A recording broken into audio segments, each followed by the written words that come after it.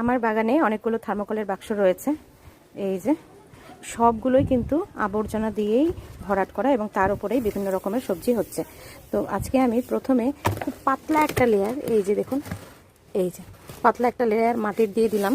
তারপরে এই যে ধানের যে কুড়ো বা চিটে যেগুলো রয়েছে এগুলো দিয়ে দেবো। এগুলো আমার কাছে বড় এক বস্তা রয়েছে, তো এই বস্তাটাকে কাজে লাগানোর জন্য আমি ওইভাবে দিয়ে দেবো যাতে পচে যায় এবং তারপর আমি ভালোভাবে ব্যবহার করতে পারি। কারণ এইগুলো অনেক সময় ফাঙ্গাস লেগে যায় ডাইরেক্ট ব্যবহার করলে। তবুও আমি ডাইরেক্ট ব্যবহার করেছি এবং করছিও।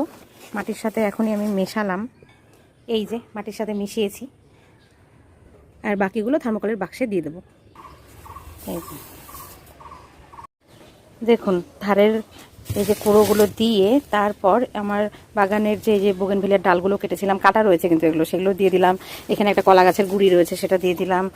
যত আবর্জনা আছে সব দেবো। আর এগুলো যে সবজির খোসা পচা বেশ কিছুদিন ধরে প্যাকেটে রেখেছি, এগুলোও দিয়ে দেবো। বিভিন্ন ডালপালা বাগানের সব রয়েছে এখানে, মিক্স সবজির খোসাও রয়েছে, ডালপালাও রয়েছে, শাক টাক, এই যেগুলো কোনো শাক ছিল, শাকের বাজার থেকে আনা শাক, সেই শাকেরই ডান্ডিগুলো, এগুলো কিন্তু আমি সব দিয়ে দেবো এর মধ্যে। আরও কী কী দেবো দেখুন, দেখাচ্ছি। এই যে আরও কিছু গাছ কেটেছি, ডালপালা, এগুলোও দেবো।